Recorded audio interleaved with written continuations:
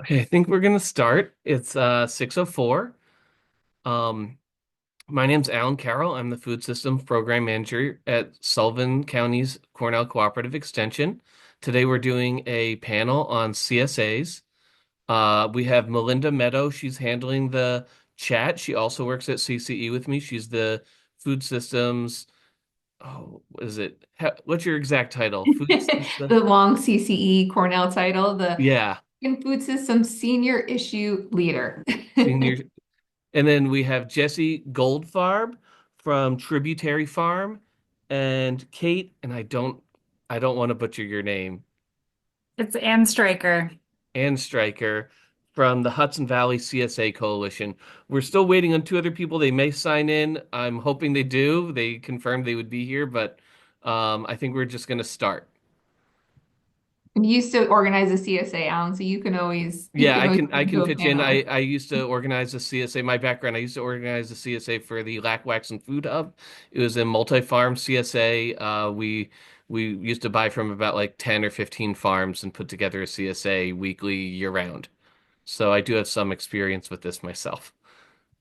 Um, I would like to have Jesse Goldfarb. I was hoping to have you speak first, so it's nice that you're here. All righty. And Could real quick before you start, Jesse, I know we in the chat just we're an overview. We're going to the panelists are going to give an introduction about what they do, their farm, their CSA. Then there's some set questions, and then we'll leave time at the end for a Q&A. But if you have questions while they're speaking, feel free to put them in the chat, and we'll keep track. And then also, I think it might be helpful too, just so some of the speakers can see, what's your interest or what's your experience. Are you looking? Have you, put in the chat? Do you currently have a CSA? Are you thinking about starting a CSA? What type of farm operation do you have? So yeah, start throwing some feedback in the chat. All right, I'm done talking. Thank you, Melinda.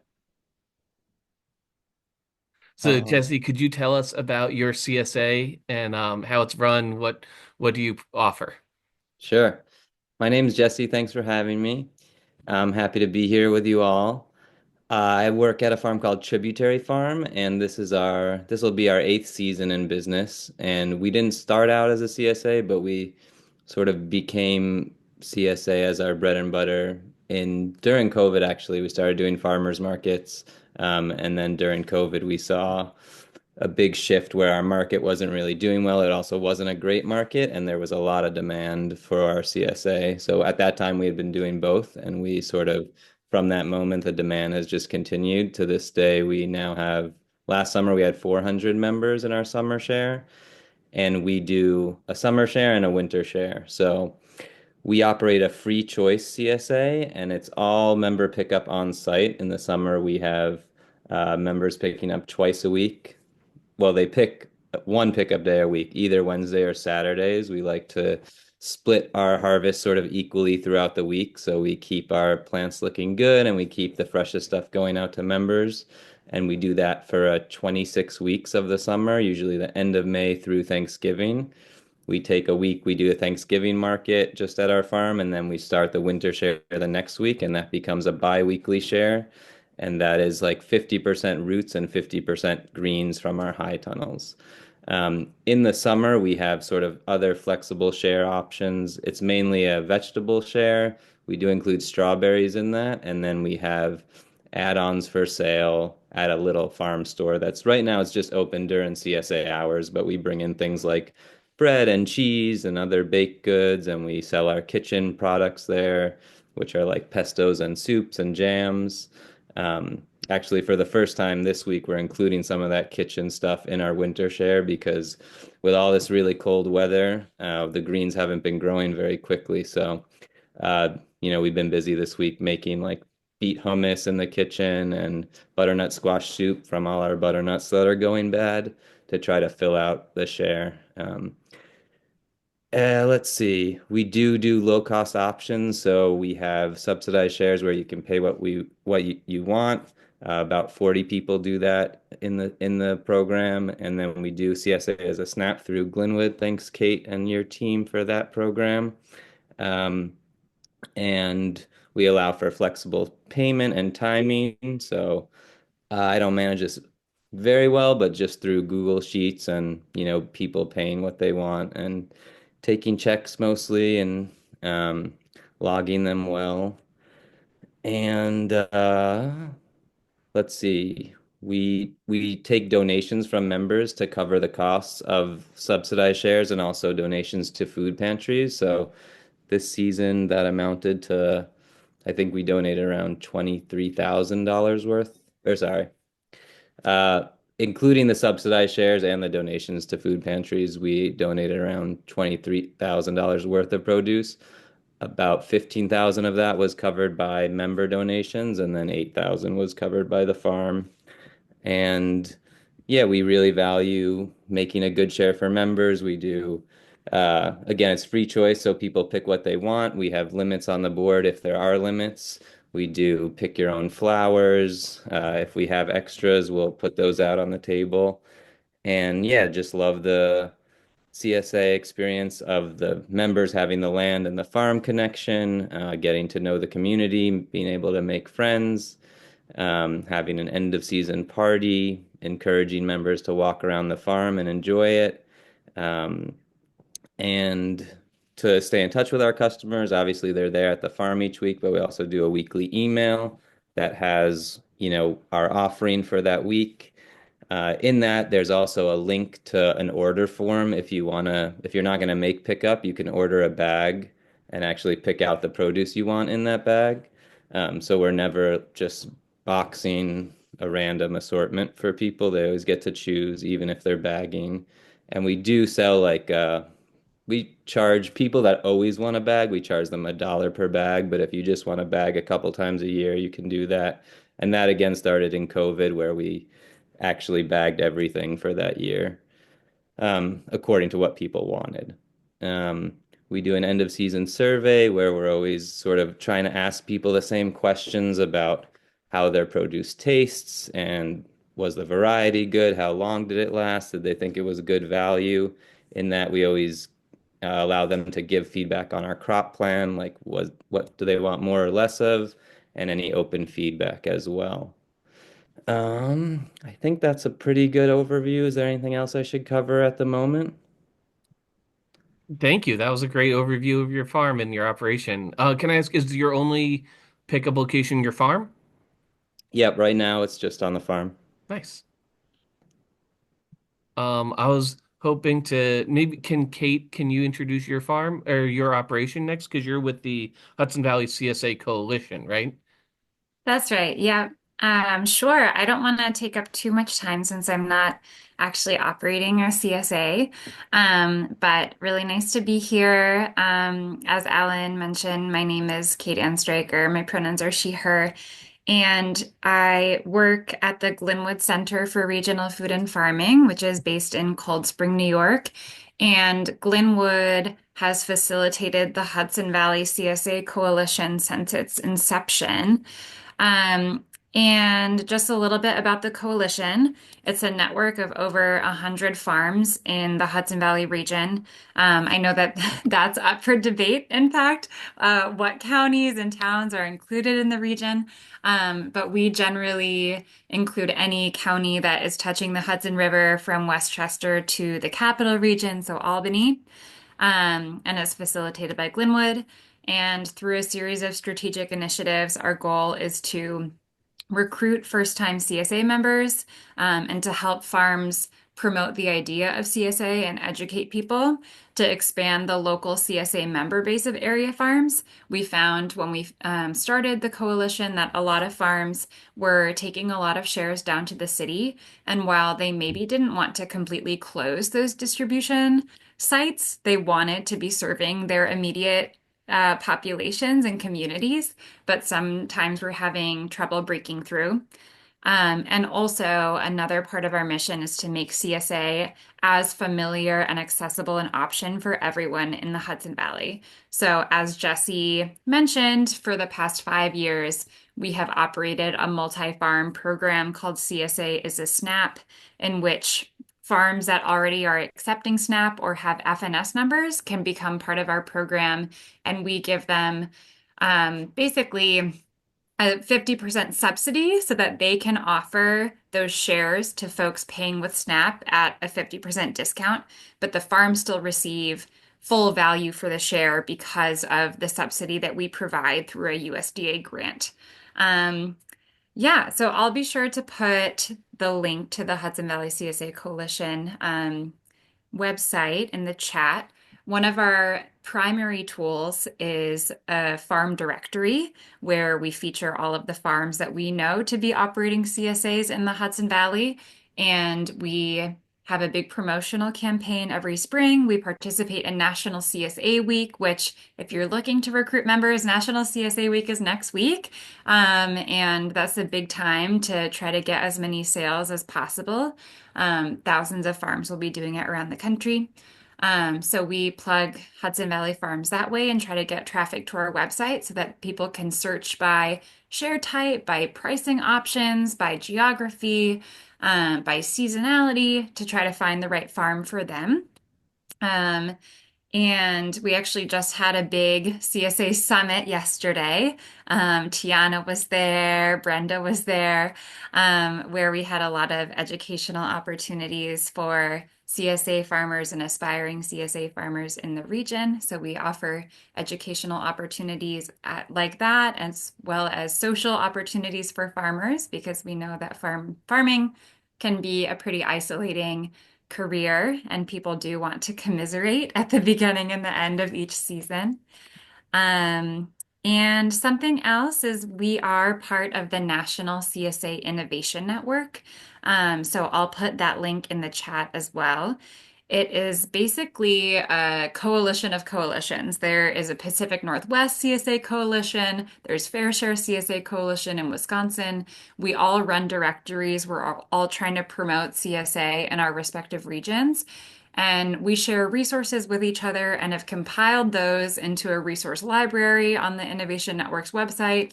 The Innovation Network is also now the entity that runs National CSA Week. And they make a promotional package every year so that if you don't feel tech savvy, they have templates that you can use to make Instagram posts. They have things that you can reshare. They have email and flyer templates if you don't know what to write to recruit members.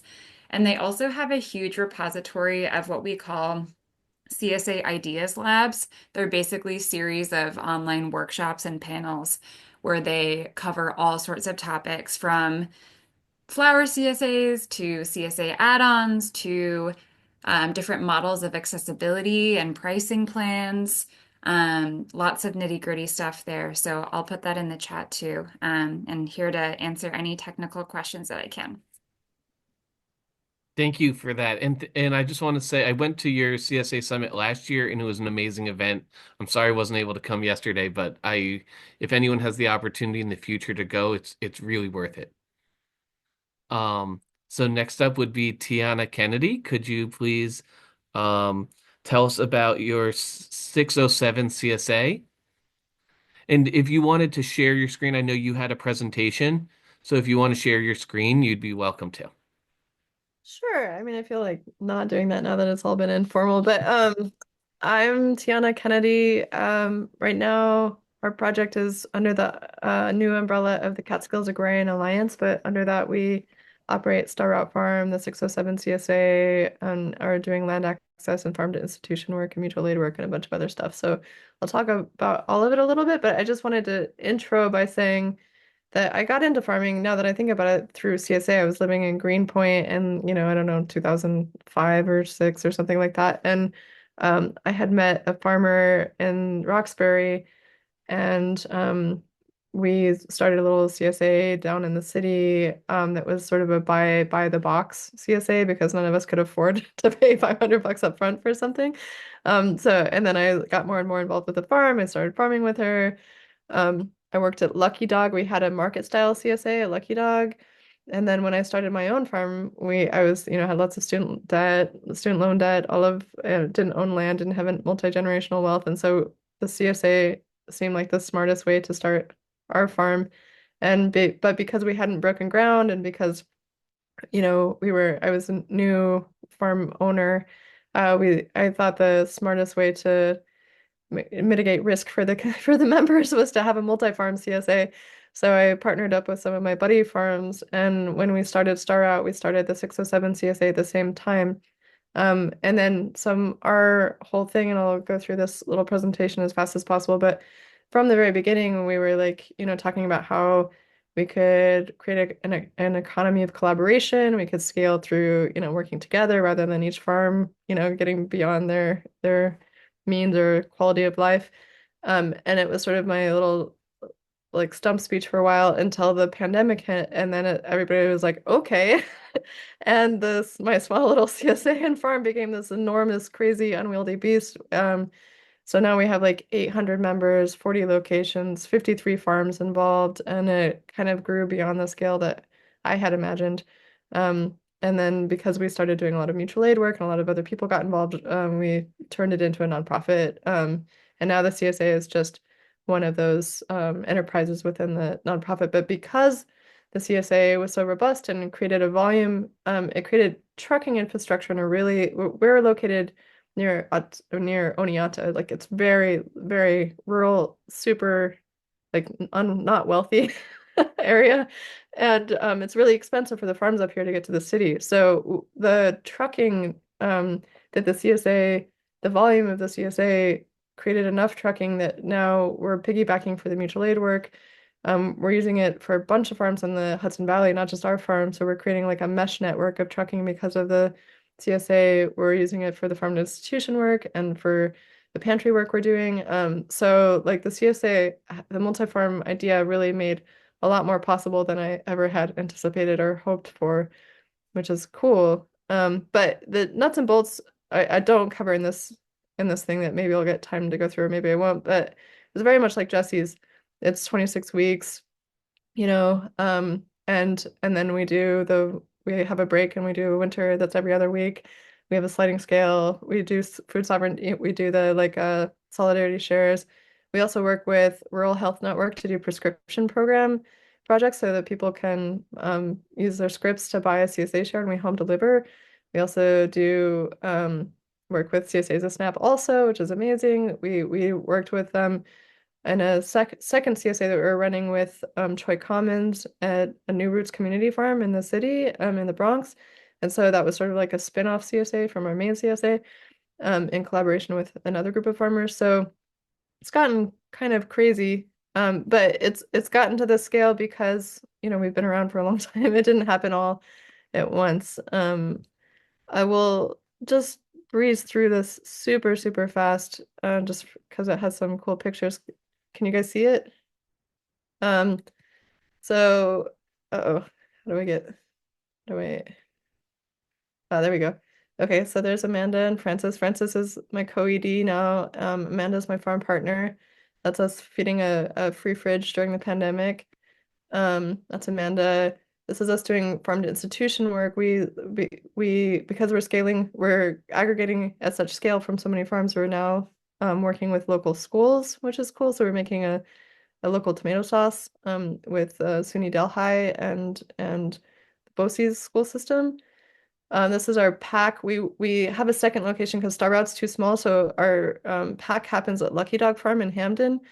And one team is packing all the add-ons because we have, everything you could imagine as an add-on. And then the second team aggregates the 4 farms worth of stuff. You can see everybody brings we have a little signal chat that's called Veg Mafia, and we haggle about who's bringing what every week. We track it in a sheet, and then the farmers all come in and help pack to help with the labor. We're having a mutual aid summit. This is an old picture of the team. Annie Myers is one of our truckers. She comes from Vermont to pick up from us, which is like way out of her way, but they like it because they like the farms involved. We also work really closely with Essex Food Hub now, and she's been a great partner, not only as a trucker, but also in the food sovereignty work. And when we have funding, we support their farms. When they have funding, they support our farms. It's real mutual aid project just within our 2 organizations. We do those things. We cover this geography, which you can see is all the way basically out to Syracuse, like the south, and then all over the city. I think we have like 153 points, whether farms or our mutual aid groups or schools or CSA locations. So our network is pretty big. Um, we're trying to, seize the means of production and make sure that everybody has a say. So there's lots of feedback with the community members, the locations, the people, we try to crop plan with people and figure it out. We're always trying to have a more interesting CSA because we have all these farms. Um, that's just sort of telling the story, what our values are. And we try to do some policy stuff while we're at it. Um, we have a farm. We work with 53 farms. We're also working on a commons project because we want to make sure there's a future for farming in our region and a place for new farmers to come. Um, and then we do, like I said, 25 schools. I think it's up to 35 or 39 mutual aid organizations now. Um, and we have our wholesale, our retail, and our farm to institution work. Um, and then the mutual aid is also a big wholesale project. We also just provide third-party trucking for other people, so they don't have to sell through us. They can just jump on the truck if they want.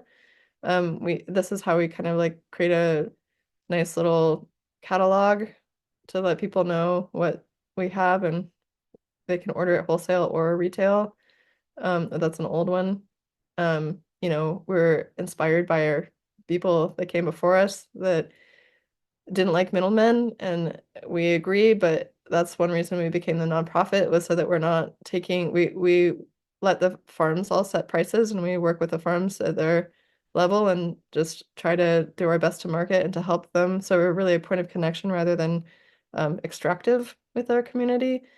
Um, like it didn't happen overnight. It really took a long time and a lot of patience, not just with us, but with the farmers who, first were not selling very much through us and just were doing it because they liked us. But now we have a substantive volume. And again, we're not wedded to the nonprofit like model. It's just, especially now that it's not gonna do as much good if we stick with our values. So it was just a way to like take advantage of, you know, the ways in which money flows in our society. But we might change, we just, as long as we keep doing the work and keep the relationships up, that's the most important thing. We were renting forever. We managed to buy our own beautiful new future farm, which now looks, a little bit better. Um, that's sort of what a pack day kind of looks like at the end of the day as things are lined up for the truck. Um, just a little bit more about the economies of collaboration. That's what we first started with Google spreadsheets that were just like insane. We now use we've used a bunch of software programs, so we could talk about that too. Get a good designer. Benedict is a member of our team that makes everything wildly beautiful and amazing, and is basically now running the CSA. Um, and I think I'm over my time, but that's it. You get the idea. So I don't know how to Thank get back. you. Uh-huh. Yeah, we're back. So it looks like Z from Flowering Sun is probably not coming because their family has gotten ill. There's a lot of stuff going around right now, so I hope that they feel better. Um, I have a few questions of my own, and then I think we can go towards, there's already a bunch of questions in the chat. Um, so I was wondering that for any of you or each of you, if you want, how do you market to find new members? Is that an issue of yours, or is it like you have to turn away members at this point?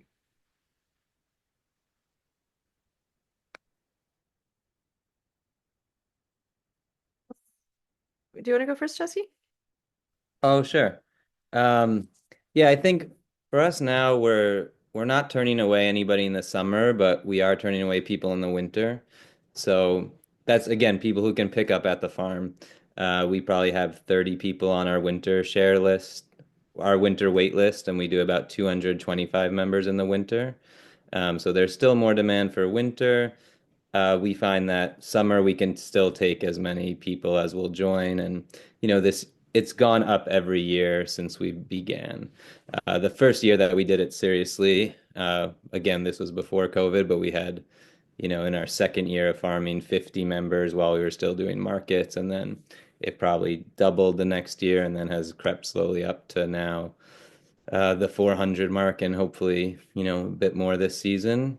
But yeah, I think initially, we did some things like tried to get on some mailing lists of people in the area that had mass emails kind of things, or Instagram. We did an every door direct mailer, which you can post something to every member of the zip code on a delivery route.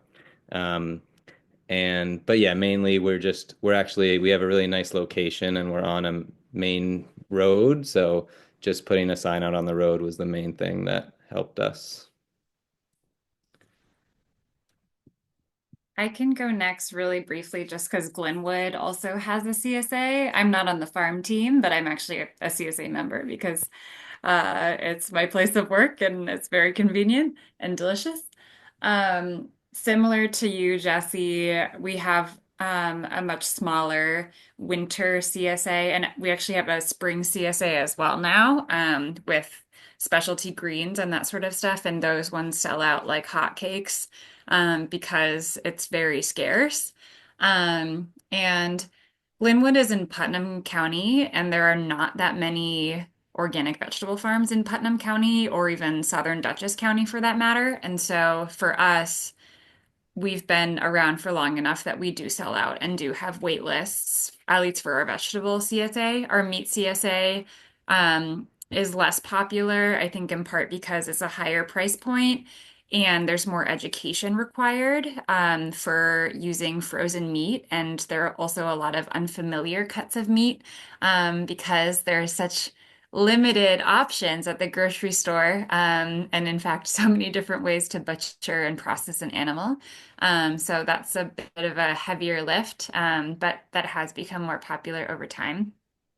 I did want to jump in part just to say that we saw that our highest popularity was in 2020, where we had a wait list as large, if not larger, than our actual CSA membership. We have about 175 members, and we had a wait list of at least 150 people because people were desperate to get CSAs. That has since declined. And I do know that some farms, peaked in 2020 and 2021 and have reduced their CSAs a little bit since then.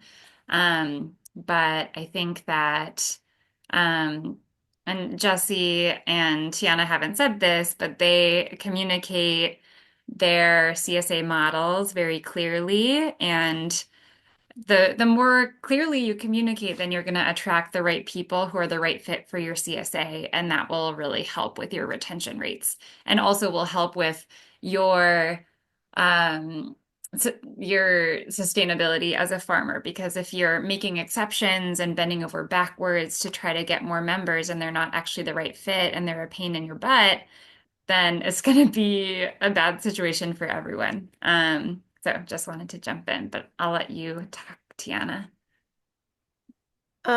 So recruiting members, we do a lot of like social media stuff, but we also send like packages to all the locations, and it's really the locations and word of mouth from members that really drive it, because it's just radically different from location to location depending on how enthusiastic they are.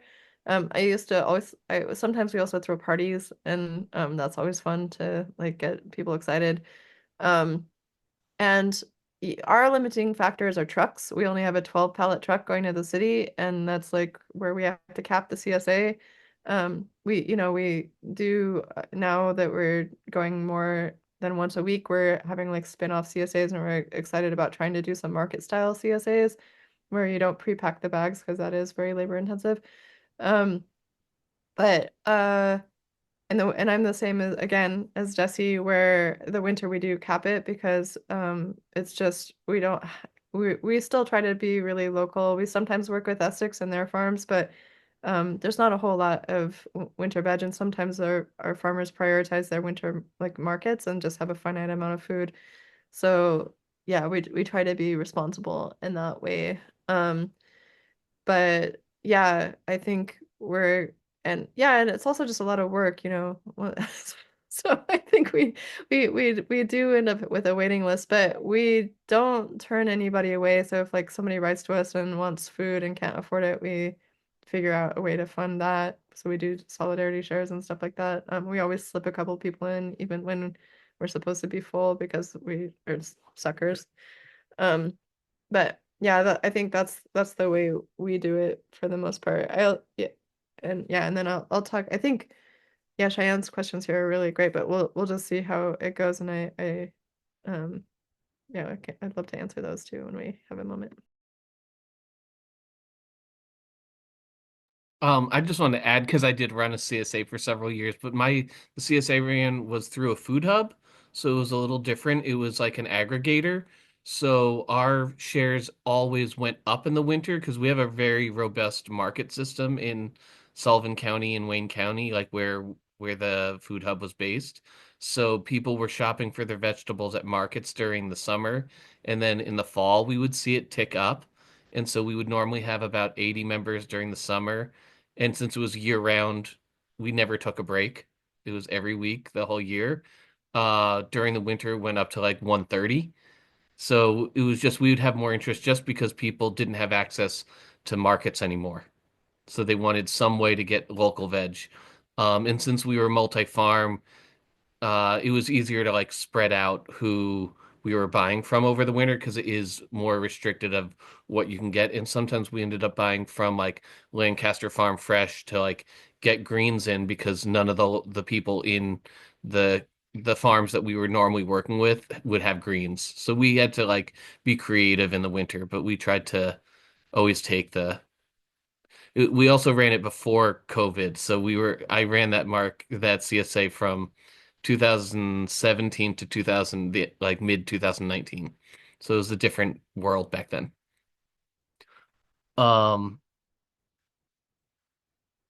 for those of you who are running how do you guys make sure that you have a lot of variety in your CSA so people don't get bored?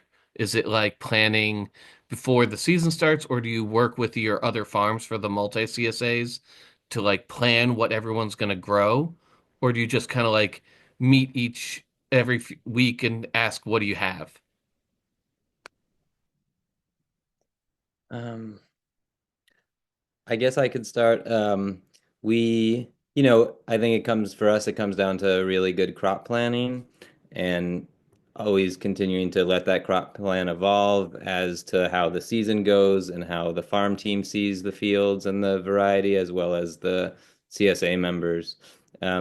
We also, we track in a spreadsheet what goes out every week so we can see how often were things limited this year, how many times were they available, compare that with the member survey, and obviously just like what grows well in our area and what we grow well. And, we still don't grow certain things that we just feel like are not easy for us to grow, or there's other farms that do it better at a larger scale.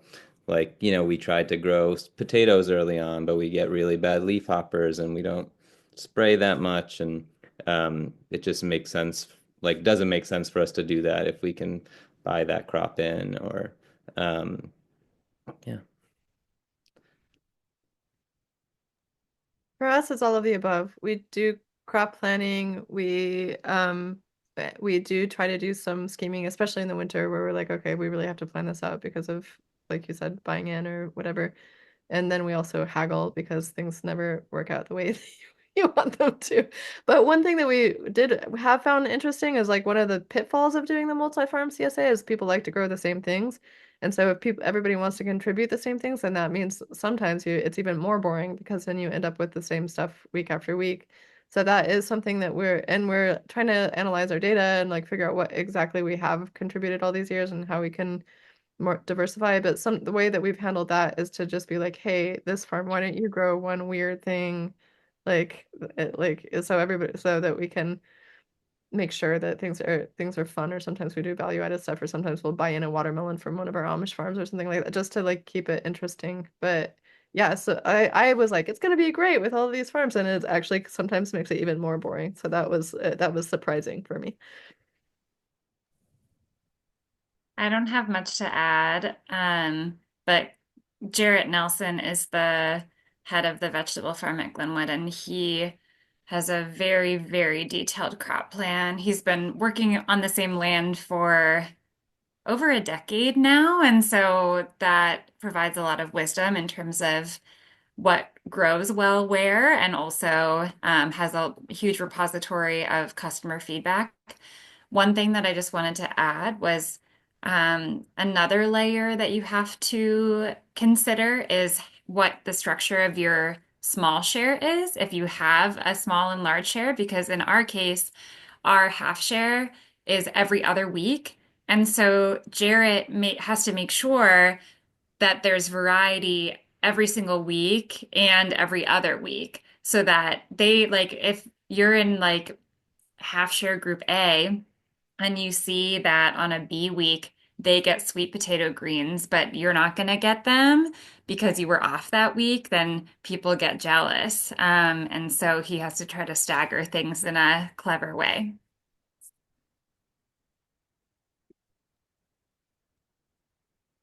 I just want to reiterate that a lot of farmers like growing the same thing.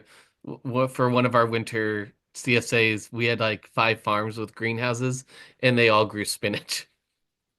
And I kept getting the feedback from our customers that they were getting spinach every single week.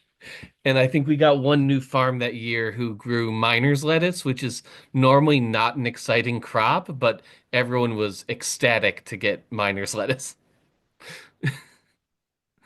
Um, I have a few more questions, but there's some really good questions in the chat too. I really like the ones from Cheyenne, and I was wondering if we could go into them, like how do you manage retention and what does your average numbers look like? I think some of you talked about it in your presentations, but if you could just go over it. Um, Uh, I think, yeah, I don't have an exact figure because I don't match the member list up year to year with the previous. And sometimes, like, one person switches the name to the other person in the family, that sort of thing. But it's really high on the survey, you know, 95% plus. But that's like a subset of people that are more responsive. So, um, I would guess it's like between 80 and 90%. Um, and that has stayed, I think, pretty consistent throughout the time.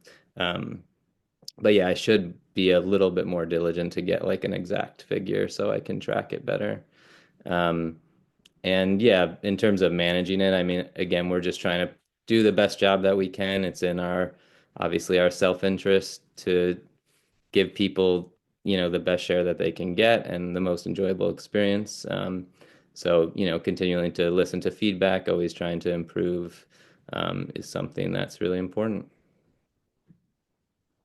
Yeah, I'm really excited because we finally got this information. We crunched the numbers, but we did. I think I could maybe share my screen again. This is uh so ours is not as good as Jesse's, but I think a lot of that is because we work in the city and people move a lot. Like the upstate people have been the same, and there's like, 8% of people that have been around for a full decade, which is pretty cool. So, but it looks like we're hovering around like 30 to 40% every year retention rate, which seems like scary and horrible. So it's definitely something we've been wondering about and something we're like trying to work on, but we just finally got the data. And so that's my answer is we don't know. But we do the same thing. We do surveys. We try to make everybody happy. We bend over backwards. We do every possible permutation of a share.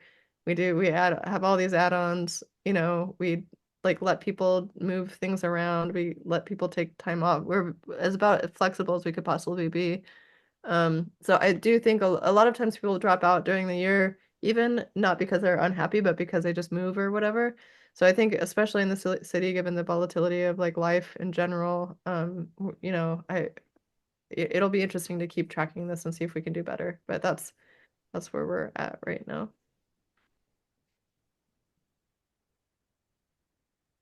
I was wondering, do you guys use technology for people to sign up, especially if you're using accepting SNAP, like the SNAP payments? I know a lot of people use the Grown By software, and I was wondering if any of you guys have experience with that.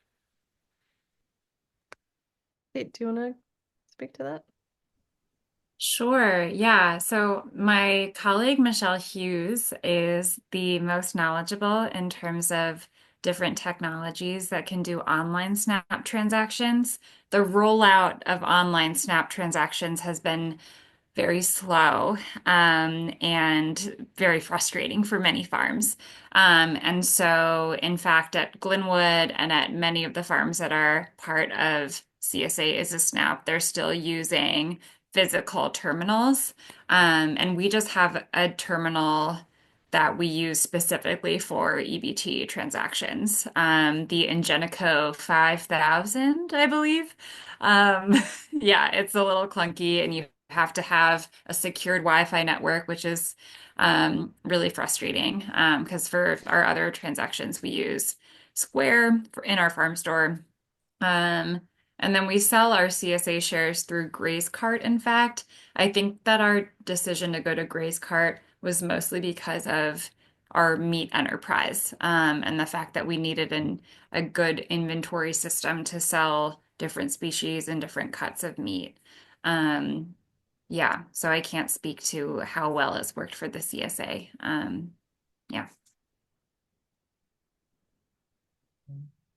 I just want to add, we do use a website called Form Plus, which is, I think, just like a slightly more advanced Google form sheet. And again, we started that to take orders for individual things during COVID, and we wanted functionality whereby all the th crops could have different prices and it would add up for the members correctly, and we could limit things and change the way things are. I'm sure there's lots of software, even maybe Google Forms does that fine now. But at the time, that was the best thing we found. And then we then switched to do all our signups, and like all the forms that we do through that website, just to keep it simple. And you like on our sign up page now, it links basically to that Form Plus form, and there's a Stripe payment option within embedded in that form. So we can take credit card payments there, as opposed to we used to take credit card payments through our website, but just not wanting to integrate too many different things now. And we do We have a physical snap reader too. we used a lot of software. We used Local Line, we used Fellow Farmer. Now we're using CSA where we used Grown By for a particular project. So if anybody wants to talk about pros and cons of all these softwares, I'm happy to do that at some point.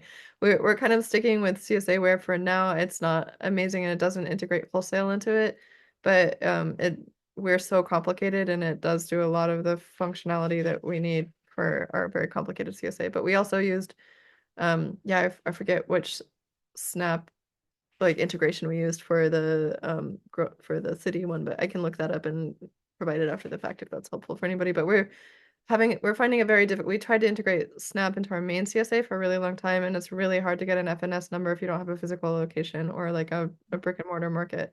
So it's been a challenge. We're still trying to figure that out. But we did at least Mhm. get one for Star Route that we can use for the auxiliary CSA. Also, the Google Forms were great. We just used Squarespace to begin with and just manipulated the data with pivot tables, and that was the most robust software we've had to date, but it's also very tricky and it's not very easy to pass off to different team members. So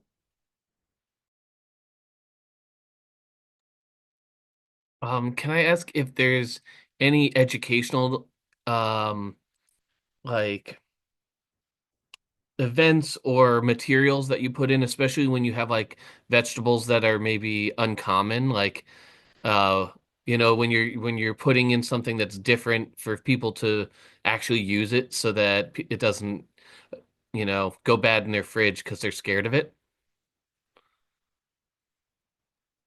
we do a weekly newsletter just like Jesse, and we have recipes, and sometimes we work with chefs to to not just like copy and paste from like, New York Times or whatever. We work with our buddies to like make a more vernacular like recipe. So I think we're gonna put out a recipe book from like a couple years of doing that pretty soon. But yeah, we try to and we also run like a Catholic Charities CSA box that is like a whole meal kind of like, so we use some of the add-ons and then we will come up with like a recipe for all the ingredients in that box for one of the mutual aid projects we're working on.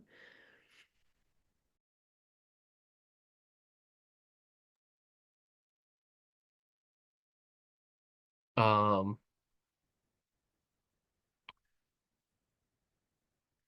so there's another question that I wanted to ask from the chat. So, how many full-time crew members do you have for the amount of your CSA members? Like, is there a ratio that you find works?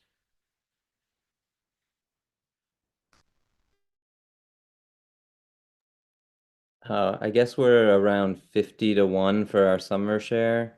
It depends how you calculate it, I guess, but we had about 9,000 out labor hours last calendar year for, all year round.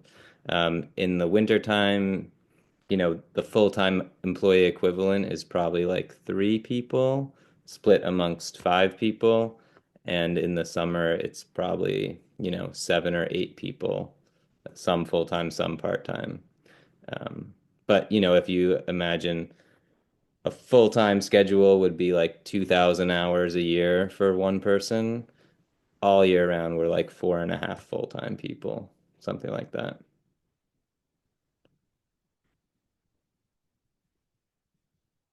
I think we're about the same.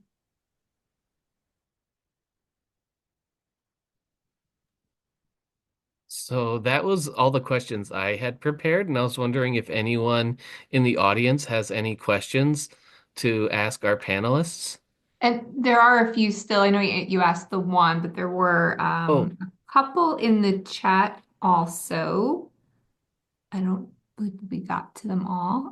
yeah, I don't think I On the got to them crew, all. we asked about the crew. I think the second one about home delivery, is it worth it, or do you find it helpful to still do pickup?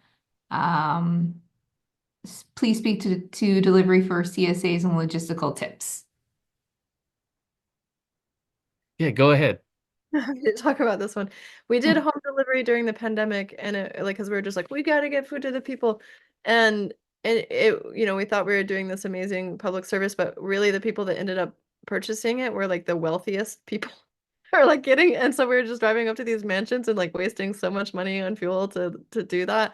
So we abandoned it for everybody except people with actual like ability needs and some of the some of our mutual aid partners upstate that were unable to get to pickup locations, but otherwise we just went back to using pickup locations because it's just wildly expensive for both in labor and gas to do home deliveries.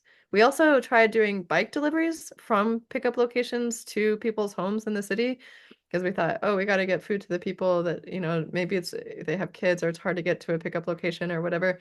But again, it just was the most annoying and of our members that subscribed to that, and then they would just like not be around when the guy would show up with the food, and so we kind of like we went out of our way to try to make it work, and we found out that it was easier to just either have them come to you or the pickup location. From the food hub that I was running, we only used pickup locations that were already wholesale buyers. So we were already delivering to areas, and then we would convince that business to become a pickup location. And it made it like easier because we were already there. Brenda, you have a question? I do. Thanks, Alan. Nice to see everybody here. Um, Chris and I are scaling this year. We had a great first season, and now we're trying to do more, which feels really daunting. Our ultimate 5-year goal is 350 members.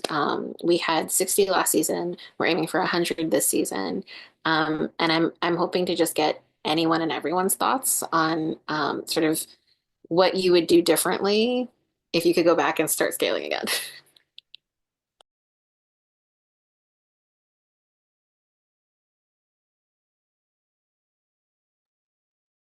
Who'd like to start? I don't have a good answer for that. I like for me it's really scary. I think I really just wanted this very modest little CSA. Like I thought if I had 50 members and they all came to the farm and picked up, I would be so happy. My life would be set. So I never intended to scale to the like crazy me machine that we are now. I think it's amazing and I'm really proud of all the work we're doing, so I don't think I would go back and not do it. But I think it is really just about quality of life and whether or not you want to work all winter or year round or whether you want to take time and like I think if you want to do like be really kind of cheesy about it, you could do like one of those whole farm planning exercises where you just imagine yourself in 5 years and what does your life look like, and then plan backwards because you guys are brilliant and I'm sure whatever you achieve, whatever you like, want to do, you're going to accomplish. But maybe just like really think about lifestyle and then think about scaling to the appropriate lifestyle choice. That would be my only like suggestion. Um, yeah, I don't have a great answer either. I think I feel like really comfortable with how we scaled over the last 7 years, and it's never.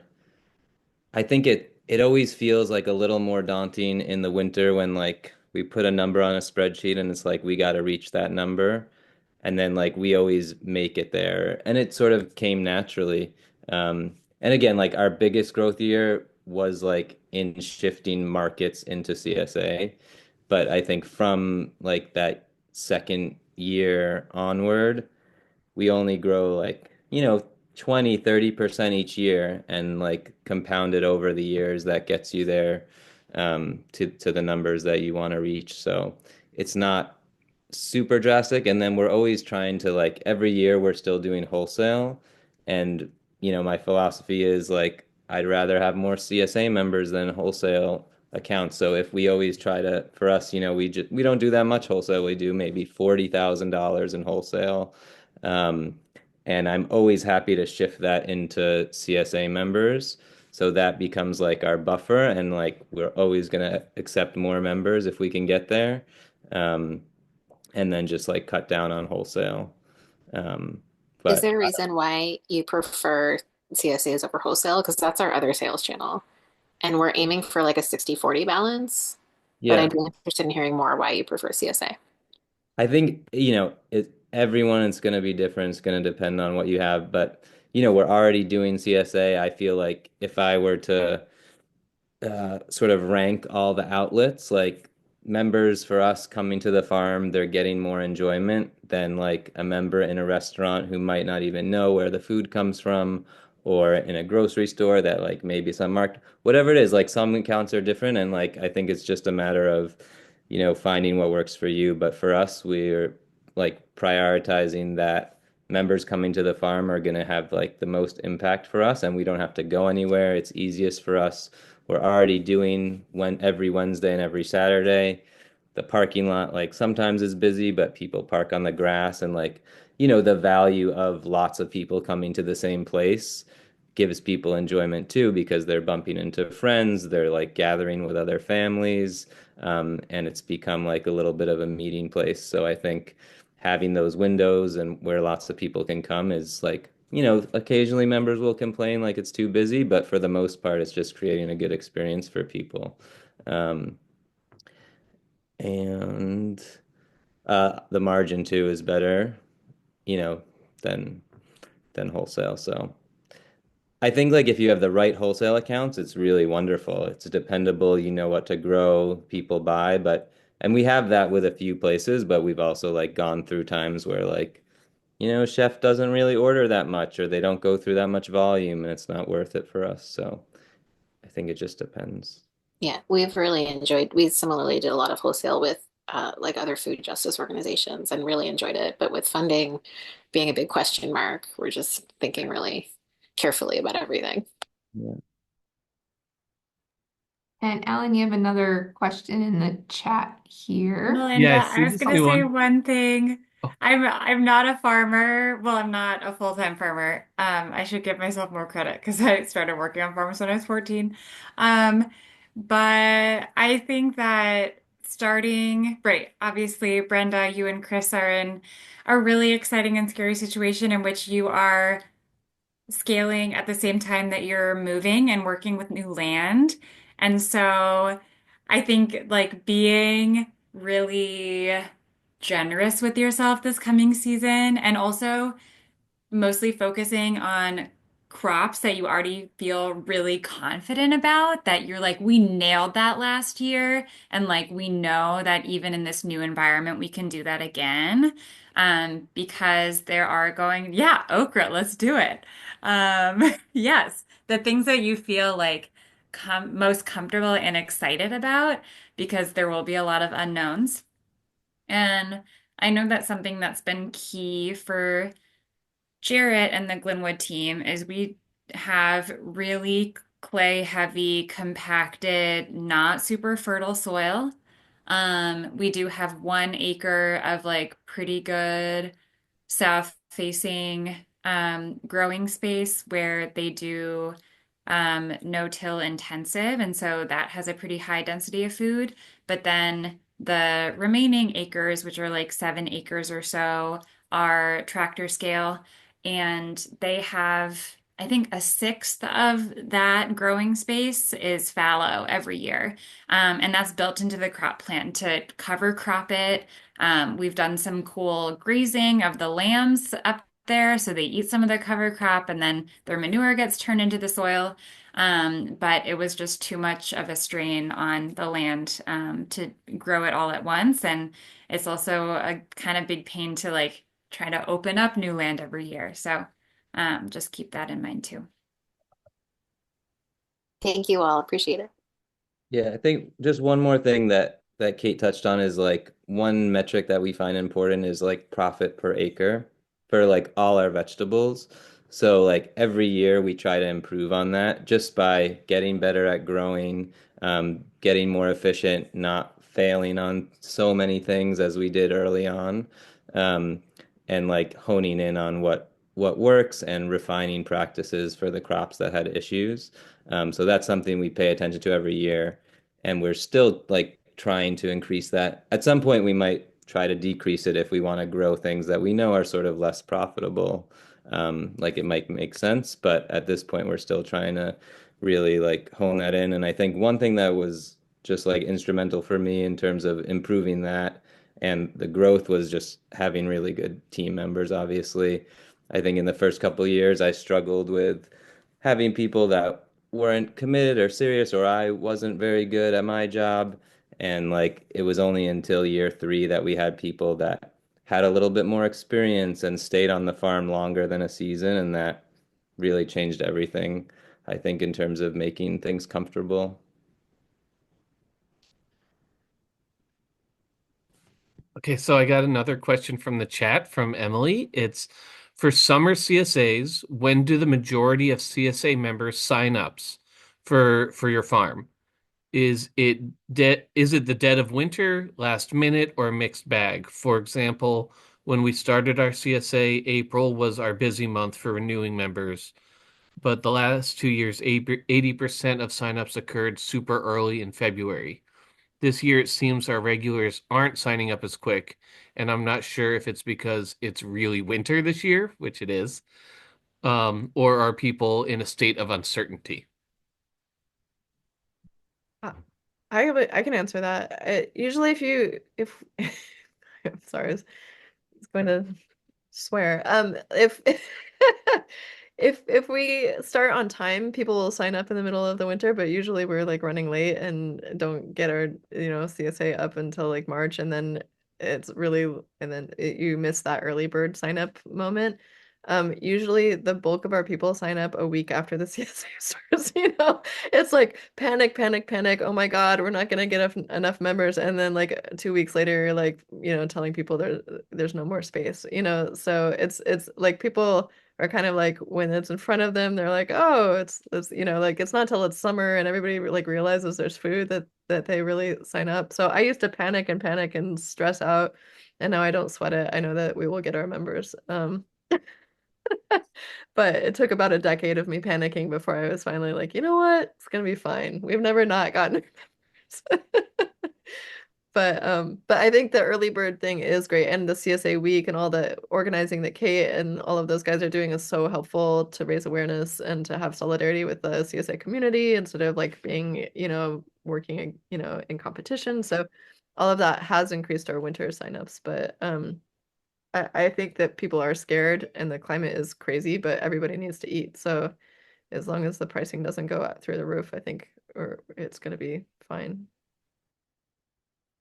Yeah, I guess from my perspective, in my dreams, I would love to put the shares online and it sells out within 10 minutes, like the best ticket in the world. That's not how it is, unfortunately.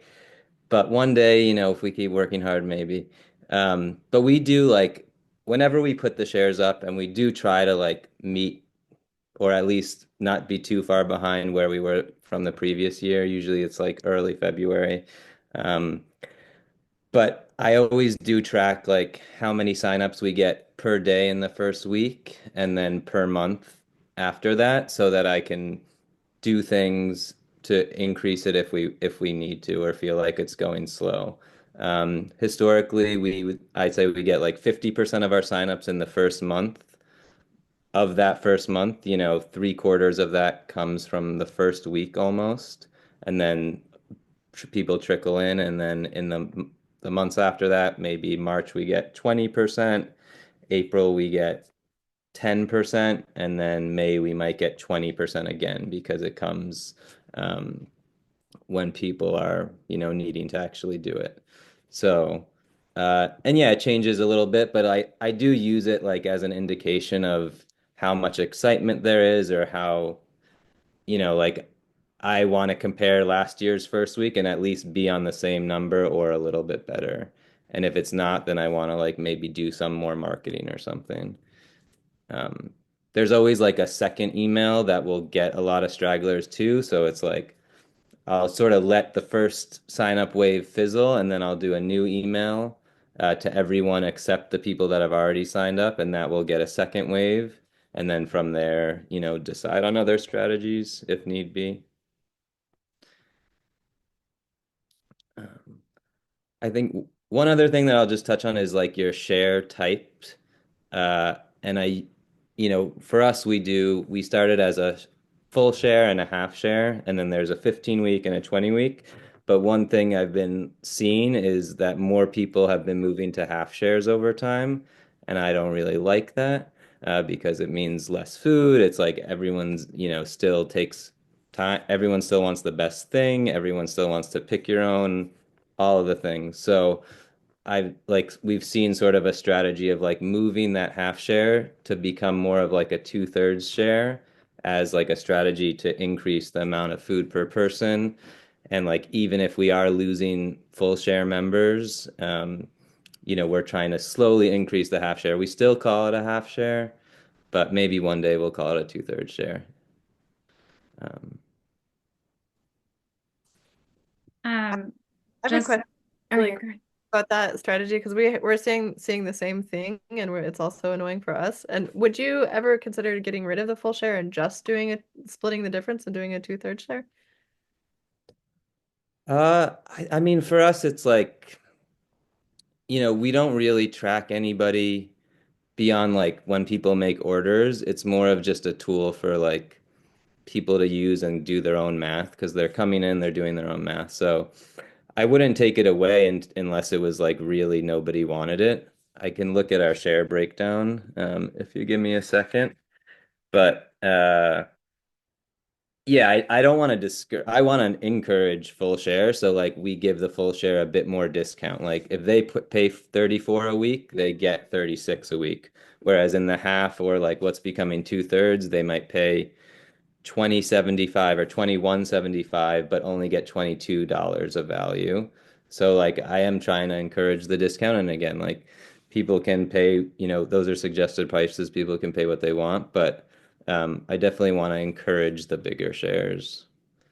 And then in winter, like we moved to a $44 every other week share, and that is like a small share compared to other winter CSAs that I see, I think.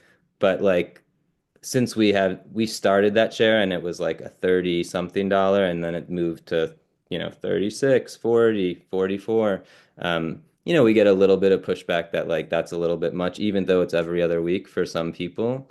Um, so maybe we'll not, with that feedback, we sort of probably won't continue increasing that, but we still don't offer a half share in winter because it's every other week.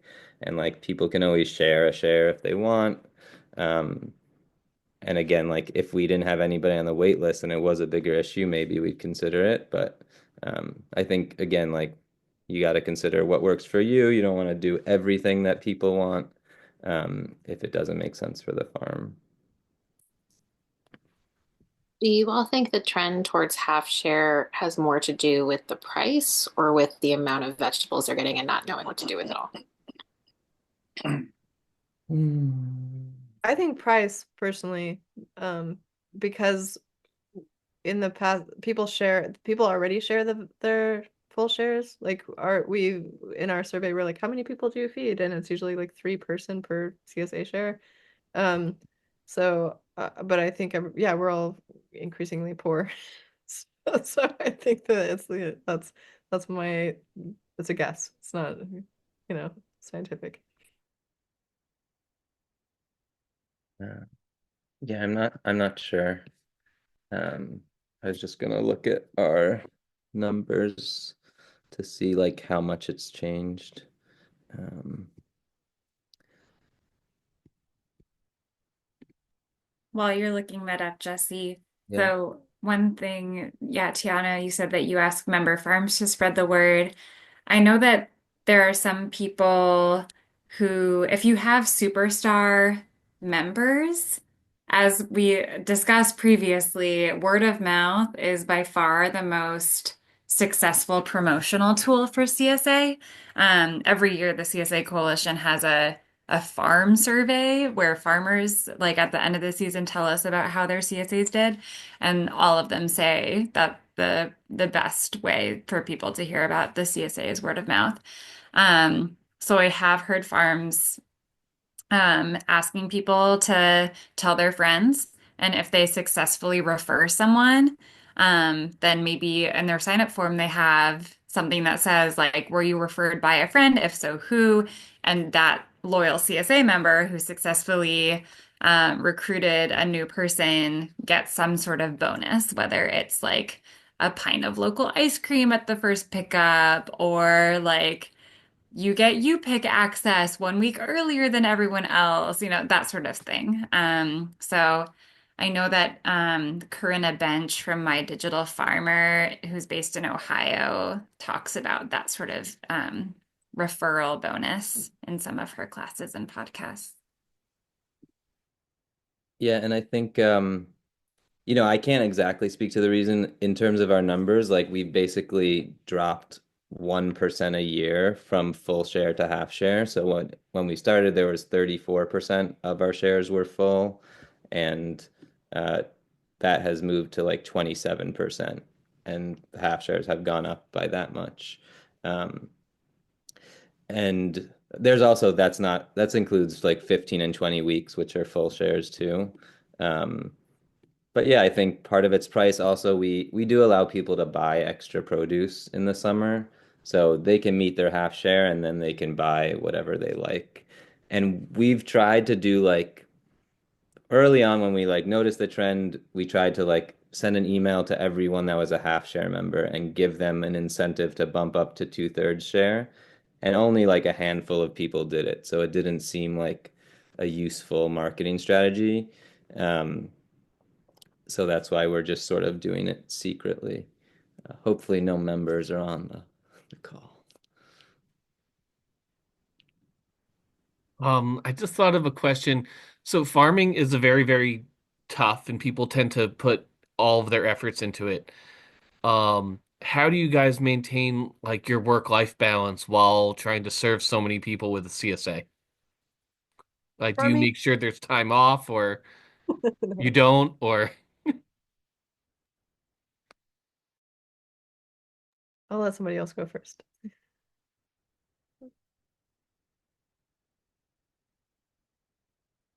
the way that I handle it is I just stack on even more projects.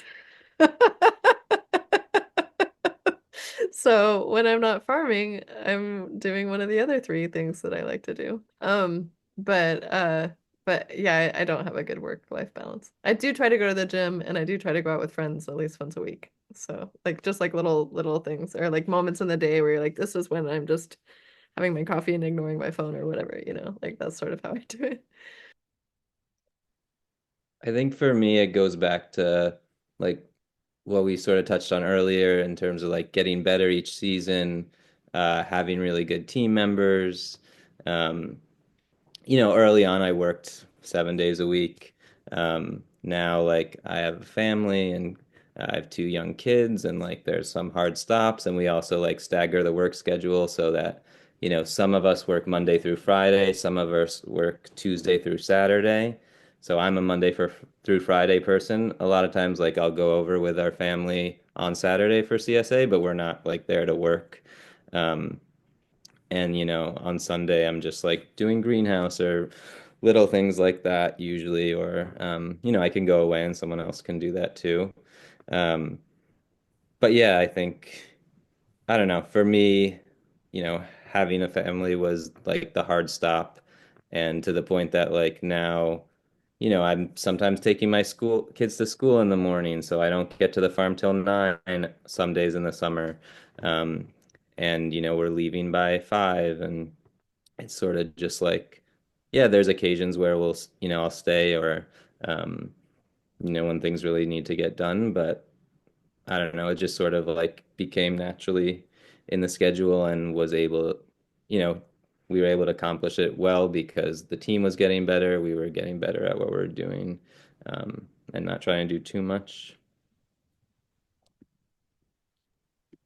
Since you work Monday through Friday, is the CSA model just better for you than markets? Because they tend to be weekends and like dominate a lot of time.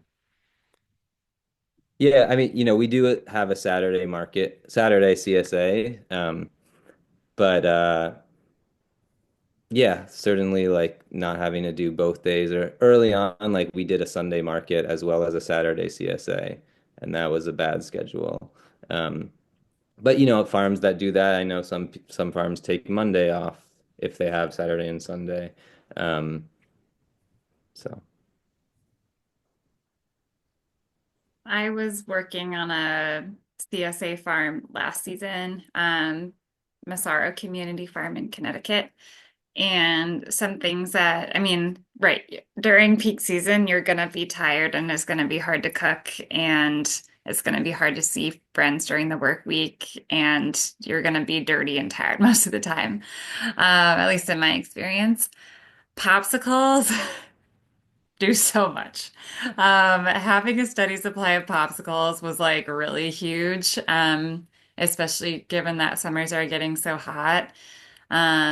And we had an daily morning break because when you start early, you're gonna already be starving by 10. And it was really nice to have a built-in break in addition to an hour-long lunch. And one thing that I really respected and appreciated that our manager did was having like although they couldn't offer paid vacation or paid sick time, they were very flexible in terms of if you needed to take therapy from your car or go to a doctor's appointment, you would just like log out and maybe there was one fewer set of hands, but we had enough redundancy built in that it offered that flexibility. And so people could take the time off when they were feeling ill or overheated or needed to do something for their family. Um, yeah, Capri Suns also sound delicious. Um, yeah, those were some things that came to mind in terms of trying to keep a balance. Oh, something else is having a rotational schedule where people sign up for working CSA shifts, which is going to be probably a 12-hour day, or working weekend chores. And it was sort of honor system for us, whether you signed up or not. Some people wanted the extra hours because it meant more cash. Some people had busier lives and second jobs or families. And so you sort of got to opt in, opt out rather than like tell someone like you're on duty every weekend. Yeah, I think the rotational schedule thing is really big. Like both of those suggestions. When I the first 5 years of the farm, I was working 7 days a week too, but we didn't want to burn out crew, so we just hired extra people. And so people were basically working like 3 really long days and or 4 really long days, but there was enough people that, we could have people every day of the week if we wanted them. And it didn't cost us anymore because everybody was happy to have some days off or to do a second job or their own time or whatever. So that was how we handled it for a long time. Now we have a more consistent crew that wants to stay with us and so it's a different game. It's more like what Jesse's talking about, which I prefer. But having, I think that either works depending on what, works for you and your farm. Have any of you experimented with like a work share where people work the day of the CSA and they might get a discount on their share for working for you? We have had various luck with people being on farm. Sometimes it just takes a lot of work, especially in the high season when you're just exhausted and you're running a big production farm, it takes a lot of time, even if they're wonderful workers, but just the emotional labor of like talking to people can sometimes just take a toll. And even if it's not on you, on more like the introverts on your team, because Mm. everybody is affected. So we tend to have bigger like event weekends where like a bunch of people will come up and do a whole thing, then like having people individually come and help on the farm. Yeah, I think that's a good point. Sort of similar. We don't do that. Occasionally we'll have volunteer days, but I got in trouble one year when like, some members approached and were like, my kid wants to work on the farm. He's a really great kid. I was like, great, let's have him come on harvest days. But then, seeing how that worked with the team and, the different things that brought up just in terms of having someone that was unexperienced and I wasn't there to like manage that person. Um, it became clear that like that wasn't a good decision. Um, Even though, in thinking about it, I was like, when's there's harvest days are always really clear. People are managing what to do. There's a clear list. Like we always know that we're going to be doing it. Um, but yeah, I think that's the trouble with volunteers. I think it's great if like there's someone on the team that wants to manage it. But if not, then it's not really going to work.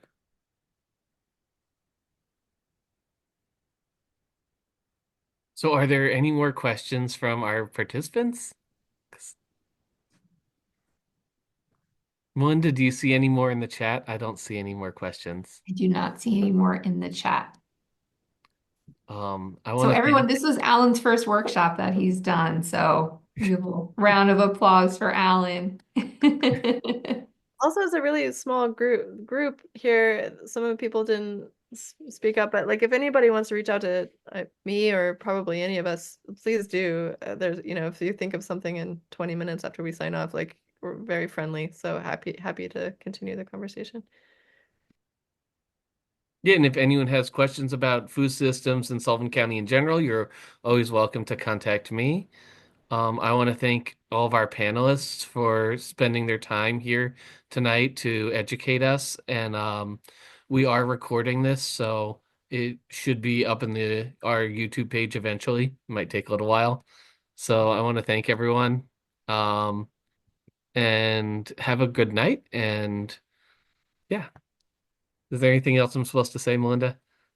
Nope, you did it all. Thank you, Alan. And again, ditto. Thank you everyone for participating and talking about it. And any questions, we're here.